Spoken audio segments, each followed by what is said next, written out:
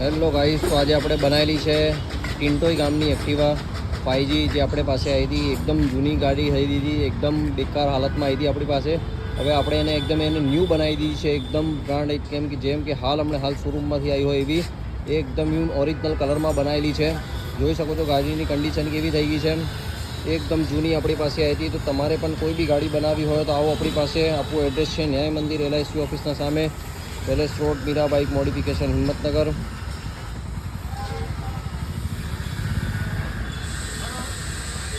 એકદમ જૂની હાલતમાં બંગારાલમાં આપણી પાસે આવી હતી ને આપણે એને એકદમ ન્યૂ બનાવેલી છે.